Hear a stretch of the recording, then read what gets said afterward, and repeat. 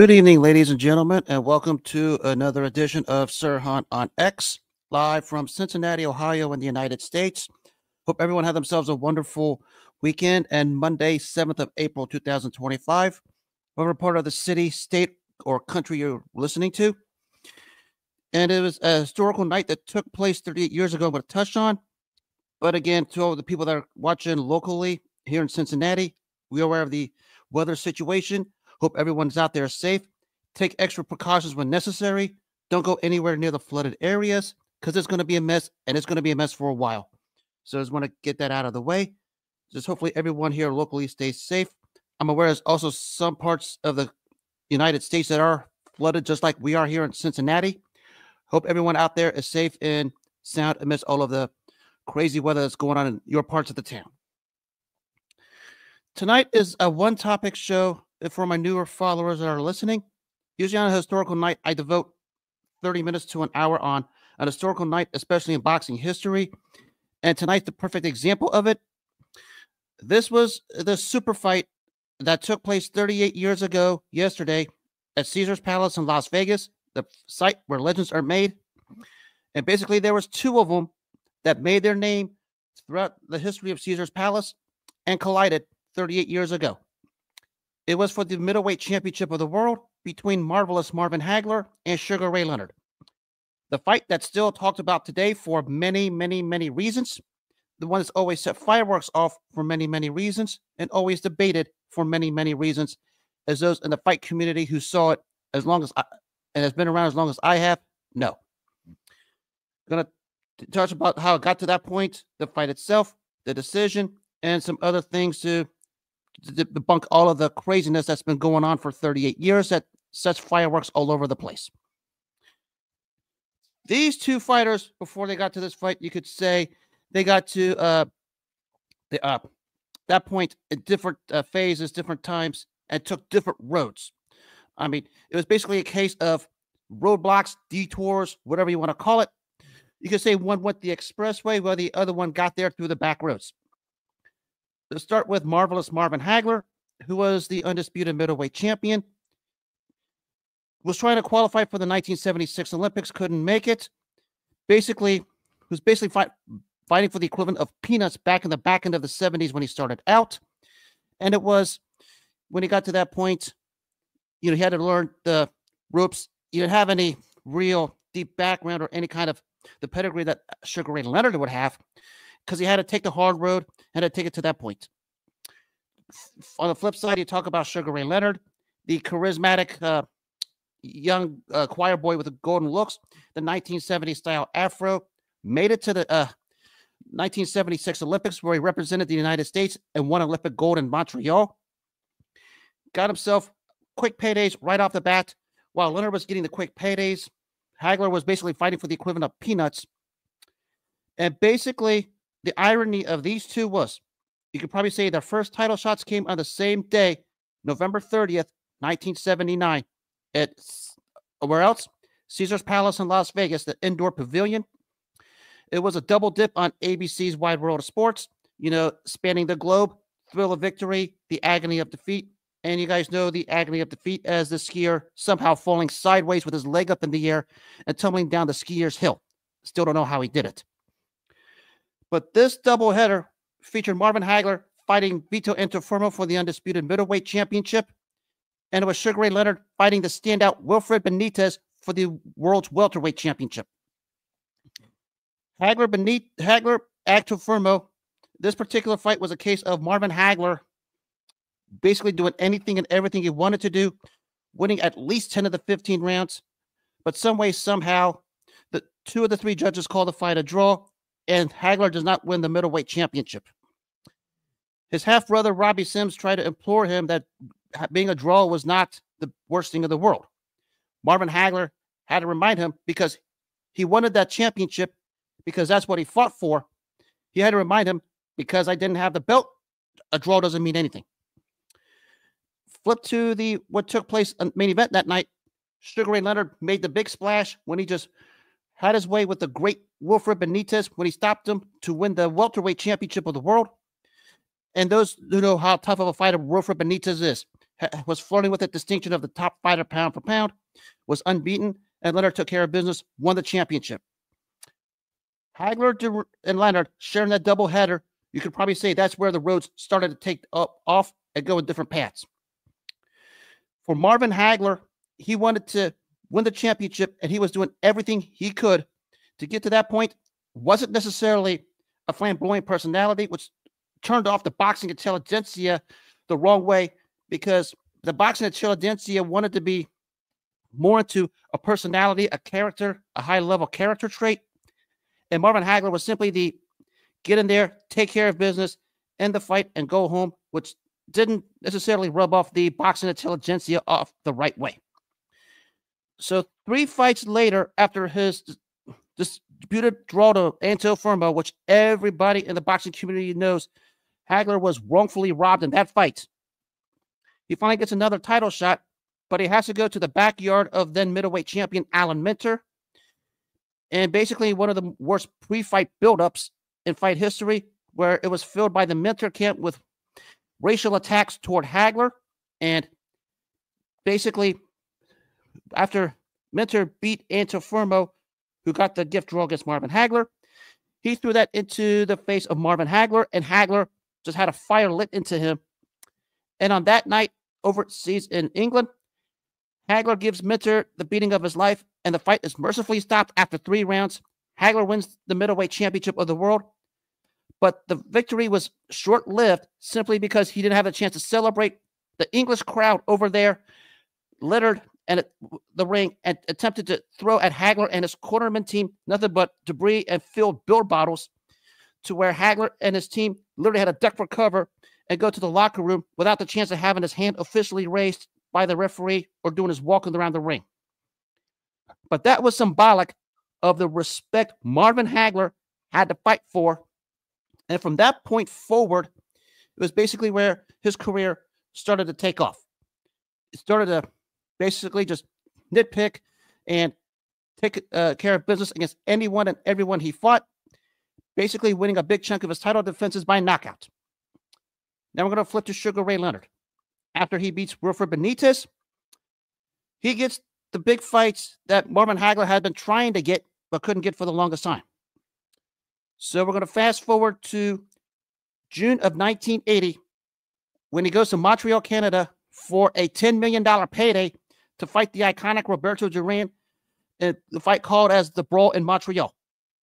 Duran had the distinction of the best fighter pound for pound that Leonard was trying to get to, but Leonard loses his welterweight championship to Duran simply because he had made the mistake of fighting Duran's fight. But 5 months later, he would get the rematch with Leonard and Duran, and Leonard basically changes his strategy, goes to who he was when he won the gold medal, just using the ring and taunting Duran, to where Duran says no mas, and Leonard regains the welterweight championship of the world. After the particular no mas, where basically everything and all chaos ensued, he goes up to junior middleweight to beat Ayub Kaluli, a tough, rugged southpaw who gave Leonard a tougher fight than expected. But Leonard went on to win the stoppage and win a junior middleweight championship. And that sets up his super fight September 16th, 1981 against Thomas Hearns to clean out the welterweight division. This particular fight was back and forth between 2 elite level champions, Leonard and Hearns, to where Leonard's eye was swollen shut, to where we found out later on it was a detached retina. Of course, he ended the 12th round trailing on the scorecards. It was his trainer, Angelo Dundee, who busted out the infamous, now famous cliche, "You're blowing it, son," reminding Leonard he needed to win the knockout against Hearns to become the undisputed champ. And in rounds 13 and 14, he did just that, pummeled Hearns on the ropes. In the 13th round, Bell saves Thomas Hearns, but then in the 14th round, the double left hook that pins Hearns against the ropes, and the referee stops it. Leonard becomes the undisputed welterweight champion. So now you have Leonard as the undisputed welterweight champion, Hagler as the undisputed middleweight champion. Of course, after the Hearns fight, it was revealed that Leonard had a detached retina, sidelines him, and now he's calling fights for HBO with Barry Tompkins and Larry Merchant. And he was calling some of Hagler's fights, including the one that stands out is the one he had against Bill Mias. I can't remember his first name, where he just blasts him in 1 round And Hagler, who spots Leonard at ringside, basically says, how are you going to turn me down? We're going to make all this money. He's basically trying to sell the idea of having a Leonard Hagler fight where the buildup started early in 1982. Now we're going to fast forward a few months here, and this is where things start to get real dicey. There's a charity event in Baltimore. Marvin Hagler, among many of the celebrities in the entertainment and sports and boxing world, is there. It was for Sugar Ray Leonard. Of course, it's later revealed Leonard was smoked on substance abuse, alcohol, and drugs. By his own admission, it was one of the bigger problems of his life outside the ring. So he enters this ring in 1982, spotting Marvin Hagler at ringside, where now the hype is starting to begin. Sugar Ray Leonard, wearing the glasses after he had the detached retina surgery from the Hearns fight, points out to Marvin Hagler, and he says, quote, "A fight with this man will be the richest fight in boxing history." The guy he's pointing to is Marvin Hagler. And then concludes by saying, "But it's not going to happen. Thank you, a good night." But essentially meant Leonard was going to retire and sideline himself. And when they asked Marvin Hagler about it, he didn't buy into it. He knew what Leonard was doing. He basically said, "I expect Leonard to be back in the ring again." Now that's where we're going to have all the fun. We're going to fast forward into a year where it was replayed on HBO's World Championship Boxing, a fight between Marvin Hagler and Roberto Duran. Duran coming off the standout win over Davey Moore after 2 years flirting with Noel Moss. Gives Hagler the toughest fight of his career. Hagler needed to buckle down the last 3 rounds to win the fight, in which he did by unanimous decision across his judges' scorecards. In a fight that was real close going into the 13th, 14th, and 15th rounds. Hagler needed to buckle down because Duran gave Hagler a tougher than expected technical fight. So Hagler buckled down, won the 3 rounds, and won that fight. But a moment after that fight was revealed.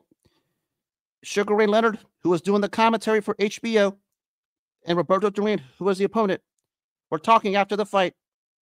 Ray Leonard was listening to Roberto Duran plant a seed in his head. Duran basically told Leonard, "Go out there and fight Hagler because you can beat him. All you have to do is box him, don't brawl with him." Because that's how Roberto Duran was able to have success for the first 12 rounds of the Hagler fight. At that point, that's where Leonard started to think things out and was able to try and get that fight. But now Leonard comes back against an unknown fighter named Kevin Howard in Massachusetts, which happens to be the backyard of Marvin Hagler. And with Hagler in the audience, here's Kevin Howard giving Leonard the toughest fight of his career. And in the 4th round, a right cross that puts Leonard on the seat of his pants, as Barry Tompkins would say. But the real crazy moment of that night, the second Leonard was floored, Marvin Hagler was actually having a smile and enjoying it. The second Leonard was decked. And that should tell you where this was about to go. Leonard, of course, comes back to win a stoppage in the 9th round, announces his retirement for the 2nd time, and said it is for good. While that's going on, Marvin Hagler still trucking the middleweight division. And of course, a year after that happens, we get the giant war, April 15th, 1985, between Marvin Hagler and Thomas Hearns, the fight everyone wanted to see. With Leonard doing the commentary at ringside, Hagler and Hearns was going to use this moment to take the spotlight they have worked so hard for, especially Hagler. And when they had the 8-minute war where both guys just give and took, which included the best first round of boxing history, you knew whoever was going to leave that ring was going to be the fighter of the moment south of the heavyweight division.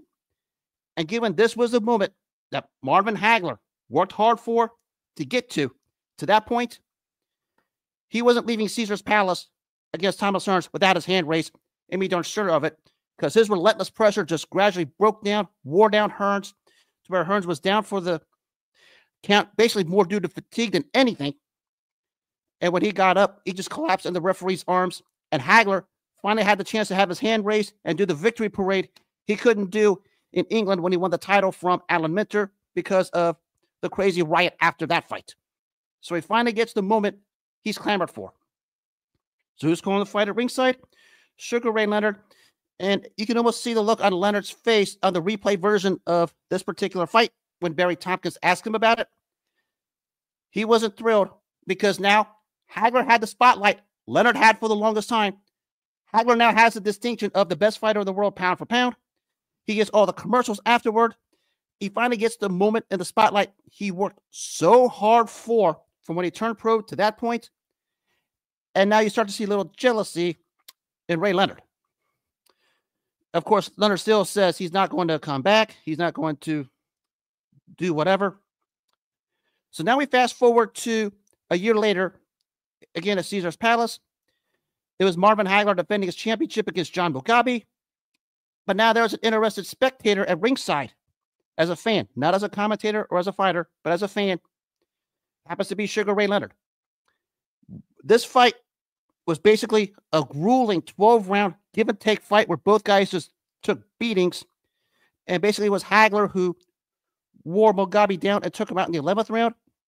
But his face started to show the signs of wear and tear, as well as his body, having been in so many hard fights for so long during his long tenure as middleweight champion. And of course, Sugar Ray Leonard, who was watching the fight as a fan and as an observer at ringside, started to notice it. And then he came onto a show in LA with James Brown, and there was specifically said he would come back, but he says if the opportunity was given, and then he would just stop it. Not even James Brown was fooled. He knew Leonard was going to come back to fight Marvin Hagler in '87. So now everything starts to pile up. Of course, Ray Leonard's brother, Roger Leonard, comes out and says, I'm fighting Marvin Hagler.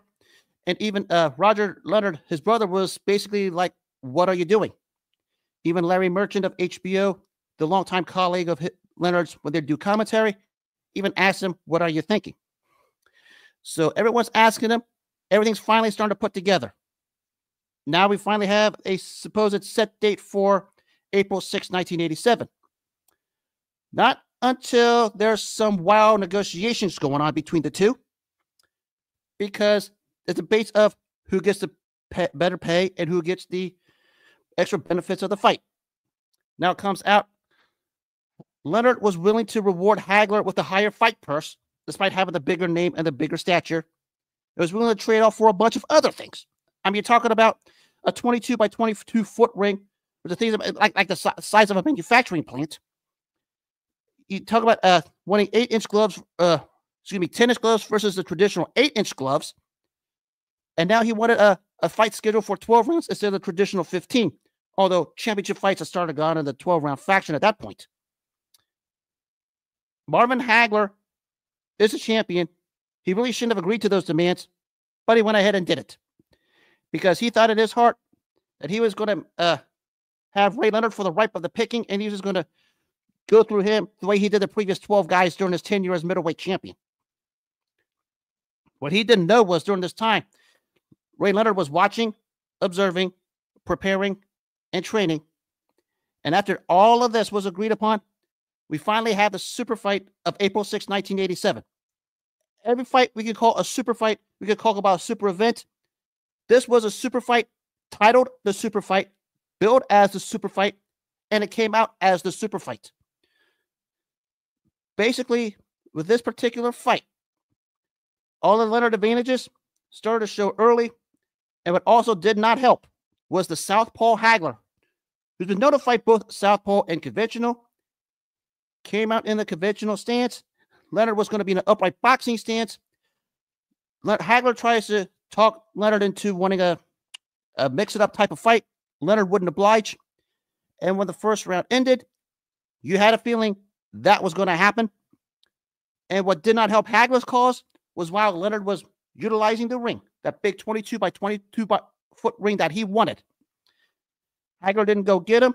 He wanted to try and box out of the conventional stance against the slicker, more natural boxer Leonard, basically playing into his hands, where he gives away the first 4 rounds.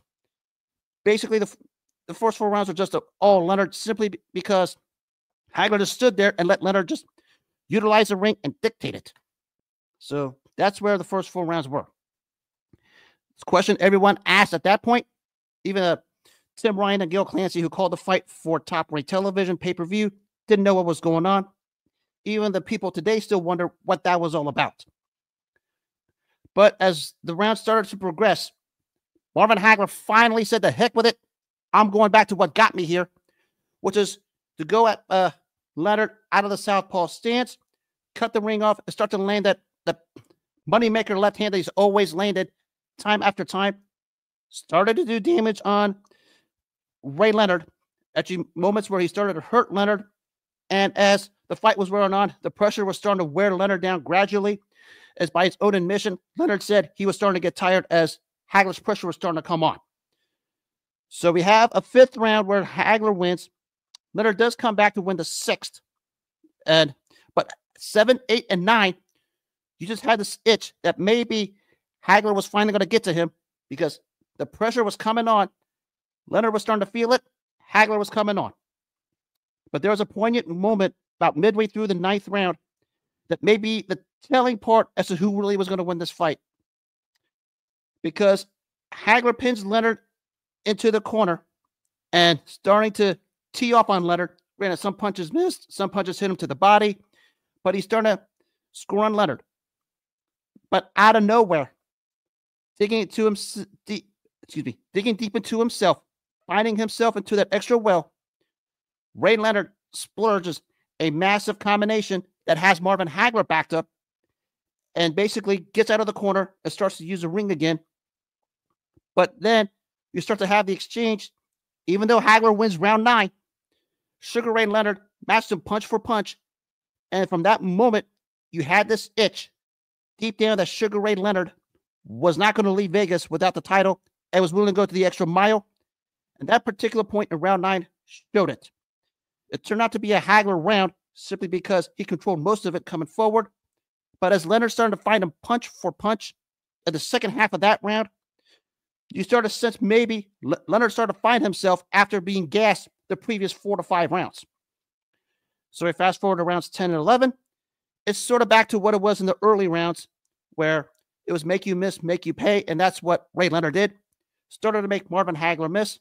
Started to make him pay for every time he misses. And you start to see the wear and tear and the fatigue of many hard title defenses for Marvin Hagler starting to show gradually. You could probably argue round 10 could have gone either way, but round 11 was a clear Leonard round because he started to seize back control and start to find himself a little bit. And fast forward to the 12th round, Hagler basically wins it because Leonard just dances away, thinking that he had the fight won, just didn't want to get caught with anything crazy out of the Marvin Hagler repertoire, which Hagler was coming on. Landed a couple punches, but didn't do anything damaging to Leonard. Hagler, though, still won round 12. So the fight's over, and as Barry Tompkins would perfectly say about that night, how do you like it? I don't know how the heck you couldn't like that fight because it was one of those fights that had high billing and surpassed a high billing simply because nobody would think for 1 second Ray Leonard would find a way to hang in there with the Marvin Hagler who was rolling through the 12 title defenses and had been out of the sport for 3 years after the fight with Kevin Howard to put up the performance he did that night at Caesar's Palace.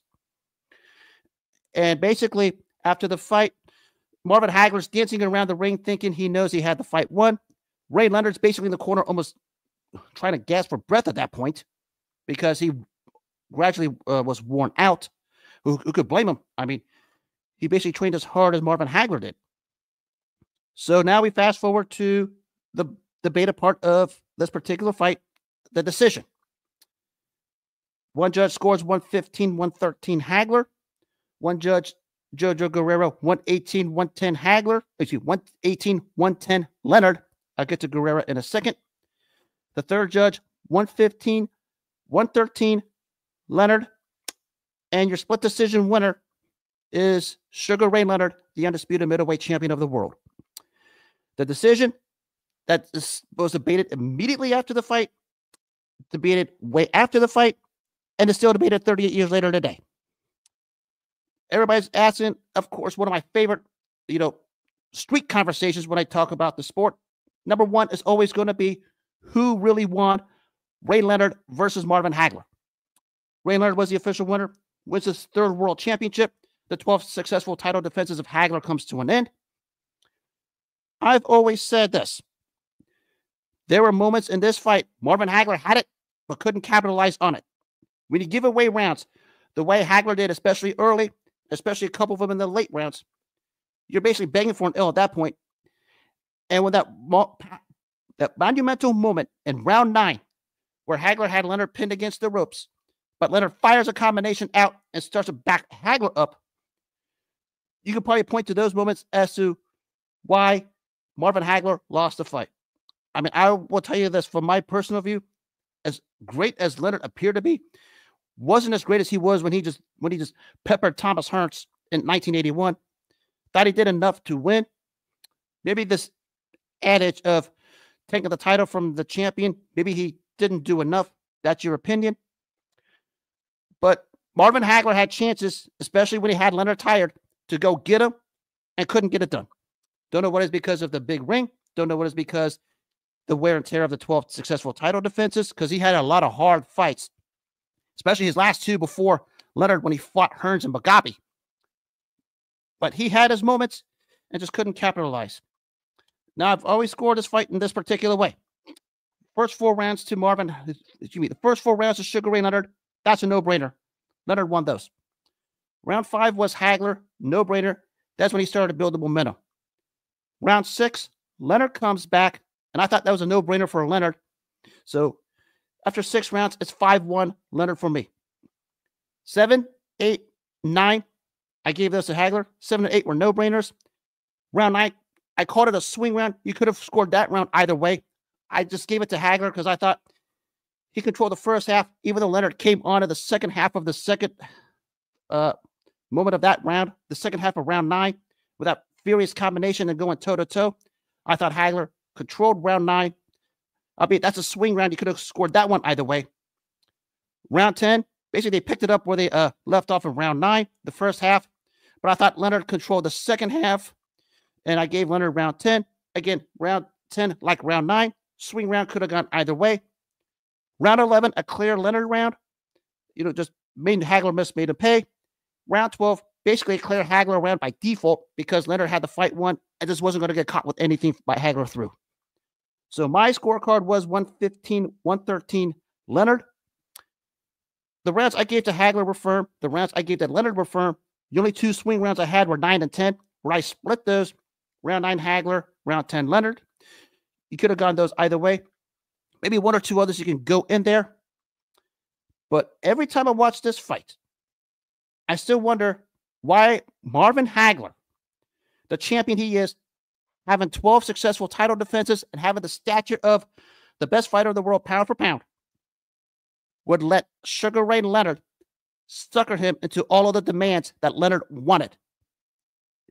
Basically, he agreed to the higher fight purse, so he have Leonard have all the demands. The extra size gloves, the extra size ring, 12 rounds versus 15 rounds.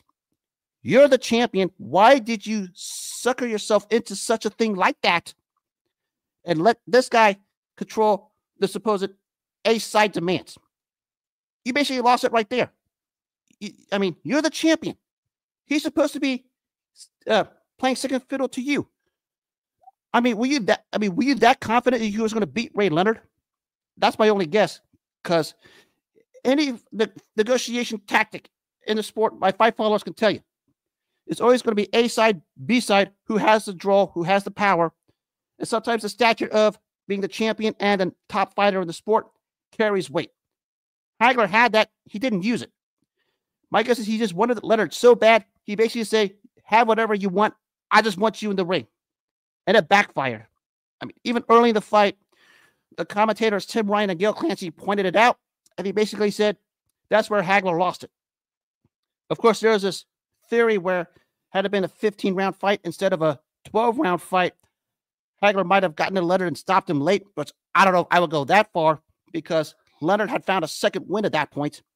He might have been able to get another round or 2 in that bunch to basically have the fight won. But why would you, as a longtime champion, just give up your demands and your A-side power to somebody who hadn't been in the ring in 3 years, despite the legacy and the namesake of Ray-Leonard, why would you just give those demands up for this? And of course, the debate still continues. Hagler still thinks he won. Leonard thinks he won. They pulled upwards up to 45 media sports members all over the place. It was, to say how close down the middle this was, 19 judges scored the fight for Hagler. 17 judges scored the fight for Leonard. And the other 9 scored the fight a draw. I mean, the widest margin either way was 3 points for Leonard. The highest for Hagler was 2 points. 9 other judges scored the fight even. That's how close this fight was. But I've always said this was more about how Marvin Hagler lost it than how Ray-Leonard won it. Because Marvin Hagler gave it up with all those demands, despite having the stature of the best fighter in the world and the #1 fighter in the middleweight division with a championship. I mean, I get he wanted Ray-Leonard that bad, but to give all of that up and let Leonard have the psychological edge on you the way he did going into the fight during negotiations, it was just absolutely the most questionable thing I've ever encountered or witnessed. I mean, forget the decision for a second. Why would you do that sort of thing? You're the champion. You're supposed to be one in full control. You gave it up just for the sake of being a super fight with Ray-Leonard. I get it, but I also don't get it. You're the champion. You should have made him concede to your demands. Problem is, Marvin Hagler conceded to Ray-Leonard's demands, and that's where you had a feeling it wasn't going to end well for Marvin Hagler. I think deep down, he knows he basically blew it, not just in a particular fight, but at the negotiation table when he conceded him Ray-Leonard. I mean, I get it. He probably was confident enough he was going to probably roll over Leonard, but nobody rolled over Leonard at that point because even the fights with Duran and Hearns, both of them had to give and take a lot just to find a way to hang in there with Ray-Leonard. There was no way Marvin Hagler was going to do it. I mean, Hagler was a sizable favorite, understandably so, with his long reign and Leonard being in and out of the ring. And it was probably, for a time, a shocker. Not the all-time shocker, but probably the most controversial and probably the most talked about decision maybe ever. You can go all over the streets. You can go over these barbershop talks, the elevator talks, whatever you do, because I'm one of them and I go through it. The #1 conversation people always have, still to this day, and it's still fixated, because I'm the one that asked this also. Who was the right winner between Marvin Hagler and Ray-Leonard? That should tell you how impactful this fight is, how terrific of an event this was, to have people still talking about it, and just how competitively close this fight was. April 6, 1987, that people are still talking about it. And actually, people younger than me who have never lived through this fight are still pulling up the fight on YouTube, Rumble, and all of these platforms, or basically just watching it on, streaming apps or back devices, and they're still judging the fight and they're still giving opinions. That should tell you something, just how this fight, 38 years later, still lives on and still lives on, and it's still fascinating how it keeps people up at night. But I said I gave my scorecard. It was 115-113 Leonard. I'm not going to argue any other way, simply because the rounds I said were swing rounds. Maybe you say 3 or 4 others were. But maybe the bigger outrage was how Jojo Garcia scored this fight 118-110 Hagler. 118-110 Leonard. In a fight that it was just basically, when you look at all the scorecards across the place, no greater than 3 points either way. He said all the close rounds he gave to Ray-Leonard, but he also admitted rounds 7 and 9, if he did it again, he would have scored those for Hagler, which would have made a respectable 116-112 for Ray-Leonard. But it didn't help his cause, because if I am correct, I don't think the guy judged another fight after that, because the outrage from that scorecard is probably what set it off more than anything else when they first heard that. Because there's no way Leonard won many of those rounds. I thought he was the right winner, but I thought it more had to do with Hagler losing but no way Leonard won 10 of the 12 rounds. I'm sure Ray Leonard will tell you that also. That, I mean, before I proceed to other topics, to tell you how close this fight was, after Marvin Hagler passed in 2021, Sugar Ray Leonard basically said, if I would have to give Ray Leonard, let me back up. If I had to give Marvin Hagler the win from 1987 in our fight to bring him back to life, I do it. Tells you not only the respect those two fighters had and the admiration Leonard had for Hagler, despite all of the crazy demands that Hagler didn't like at all. Still the respect that he had for him, and as well as the fact that, that's how close Leonard Hagler was. I mean, as Richard Steele said on a documentary many years ago, the more you watch that fight, the closer it gets. I mean, it's all, of course, revisionist history, but, it's still the most phenomenal thing from the back end of the 80s. And really, it ended the Four Kings era of Leonard, Hagler, Hearns, and Duran, because Hagler went into retirement. Leonard, along with Hearns and Duran, just kept on because of their names. Their namesake kept him in the fight game for the longest time, when they should have really been done long before it. Of course, there was Leonard Hearns 2, but that was 7 years after its expiration date. There was Leonard Duran 3, a fight that had no business taking place. But the Four Kings era was done when Marvin Hagler retired after the Leonard fight. Of course, the ongoing question about this fight, not only was the decision, why was there no rematch between Leonard and Hagler? Well, let's start with this. All the manipulation Ray Leonard did to Marvin Hagler, he didn't forget it. I mean, the in and out of the ring, the demands, the sucking him to fight under his terms, the ring size, the glove size, and the 12 rounds versus 15. And of course, it was revealed that Leonard wanted the rematch. And there was some kind of a banquet at Caesar's Palace in Las Vegas. It was revealed by Bob Arum that he was approached by Ray Leonard to talk to Marvin Hagler about a rematch. That Hagler was guaranteed a minimum of $15 million to do it. Bob Arum presented it to Marvin Hagler, and Hagler basically told Ray Leonard to go get a life, and he wants nothing to do with it because of everything that happened.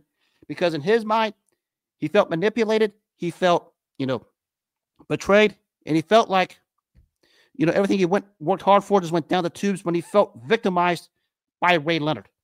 The whole thing that went back to 1982 with the banquet in Baltimore, where Leonard said to Hagler's face the fight wasn't going to happen, to waiting till after the two rough fights Hagler had with Hearns and Mugabe to finally pursue the fight. Hagler knew deep down his time was up when the decision was announced, even though he felt victimized.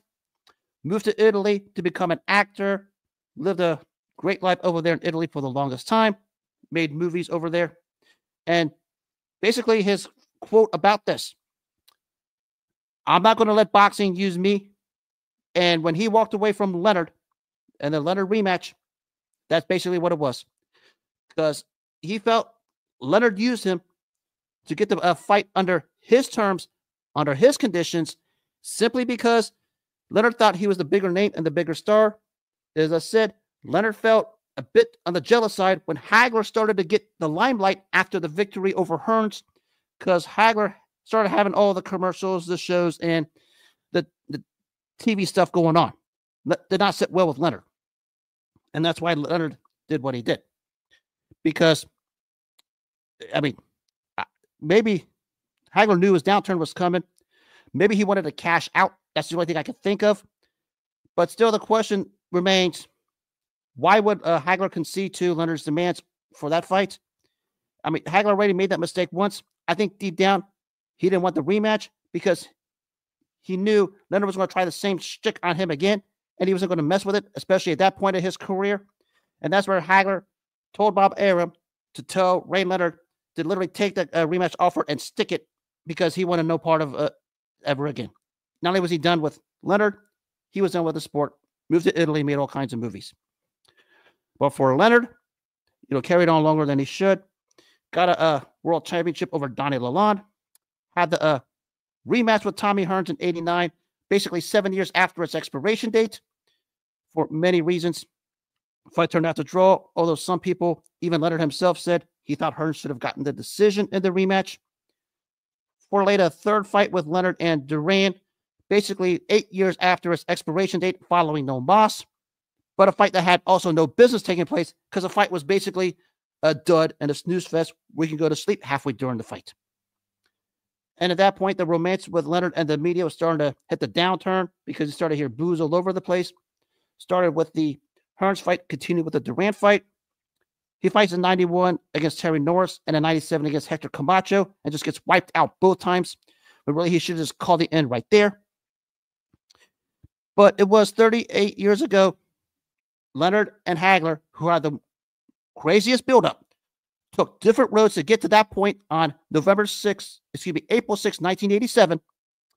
Finally met and just gave a dazzling fight that is still debated 38 years later to this day by people from my age to those older than me to those younger than me. And it's fascinating. It's still talked about. Now, there's a lot of people in this community who call that fight a robbery. Hagler-Leonard was no robbery. As I said, they polled up to 45 people. It was 19 Hagler, 17 Leonard, 8 even. And the widest margin for any of the scorecards was 3 points for Ray Leonard. The widest for Hagler was 2 points. That's not a robbery. Robberies are not ones that's debated by both sides. What a robbery is everybody knows one guy won the fight and the judges took it away from him. You know the definition of a robbery? Yeah, Marvin Hagler was robbed once in his career, but it wasn't Ray Leonard. It was when he fought Vito Antuofermo, November 30th, 1979. I mean, Hagler won 11 of the 15 rounds, and somehow they scored that fight a draw. Yeah, that's a robbery. And yes, Marvin Hagler was legitimately robbed in that fight. Hagler-Leonard was no robbery. I mean, if it was a robbery, how come the debate is split? If the debate is split, it's not a robbery, okay? You want to call it a bad decision? Okay. Because of the judge of Jojo Guerrero scoring at 118-110 for Leonard? Yes, that was a bad decision on his part. No way Leonard won 10 rounds. But this fight was no robbery. I mean, maybe you could say the only kind of robbery is how Leonard manipulated Hagler, how the fight happened 5 years after the banquet in Baltimore, and having Hagler succumb to his demands. You can call that part of it. I get it. The decision is not a robbery because this decision goes every way possible. A robbery is what happened to Hagler against Antuofermo. A robbery is what happened to Lennox Lewis against Evander Holyfield in Madison Square Garden in 99. Everybody knows Lewis won that fight. Somehow the judges scored the fight as well. I could point to a boatload of others, but those are examples of what a robbery is. Marvin Hagler, Ray Leonard was no robbery. Close decision either way? Yes. I mean, if it was a robbery, everybody would say Hagler would have won. I don't see everybody saying Hagler won. I see people saying Hagler won. I'm seeing people saying Leonard won. People saying it's a draw. That's debated. And if it was a robbery, everybody would be picking one side and sticking to it more unanimously than ever. That was no robbery. It was a terrific display by both fighters. One coming out of a 3-year retirement, and the other one, you could say, took a downturn in his career after just a long, grueling career himself as a middleweight champion. Put on a fantastic display 38 years ago at Caesar's Palace. And here we are in the year 2025. Everybody's still asking the question, who won between Marvin Hagler and Ray Leonard? That debate's going to go on for another 38 years. There's going to be people talking about it. There's going to be people writing about it. Yours truly being one of them. There's going to be people making shows about it. And people are going to still talk to Ray Leonard about the fight. I mean, he'll talk about it all the time. How he won it. Why he felt he won. And of course, the heartfelt response to saying if he would bring Marvin Hagler back to life, it would take him overturning that decision and having Hagler get the win. That's how debated this decision is. Still polarizing and mesmerizing that we're talking about Hagler-Leonard 38 years later, and there's still people wondering who legitimately won.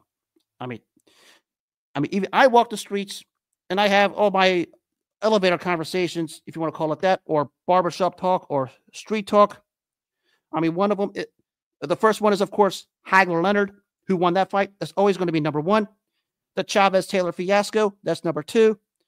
How I felt George Foreman was going to win against Michael Moore and why I thought it going in. And I could bring up a whole bunch of others. But number one, when I walk the streets or when I'm on these shows or I'm on boxing debates, always asked, who won between Marvin Hagler and Sugar Ray Leonard? Even the top boxing aficionados are asked it all the time. The debate continues. It's closer and closer and closer. But one thing everybody can agree on, we saw the fight. We were treated to a delight. Much, much respect to both. That fight ended the Four Kings era with Hagler's retirement, but it was a sensational night all the way around. At a time when the best fought the best at fights that everyone wanted to see and that filled the house. At a time when going to boxing events was the big thing in all of the entertainment world. I mean, you even have house parties and boxing house parties when you order pay-per-views and have fights on HBO and Showtime like this one. But that's what Hagler-Leonard was. And we're talking about it 38 years later. I bet I'm probably going to talk about this many, many more times, probably till my time on this earth is over with. That's how it goes. And that'll wrap up this edition of Sirhan on X. I hope everyone had themselves a wonderful 7th of April, 2025. If you missed any of this show, you can rewatch it on the X platform, as well as Apple Podcasts, Spotify, and iHeartRadio.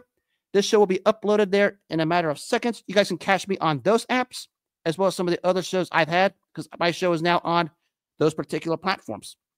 And I always conclude by saying to everyone equally, always make self-care your number one priority in life. Take care of yourself first before you take care of everything else. If you take care of yourself first, good things follow. If you don't take care of yourself first, nothing else is going to matter. Always take care of yourself first. Have a good rest of the night. I will be back tomorrow night. Until then, good night, take care, and God bless.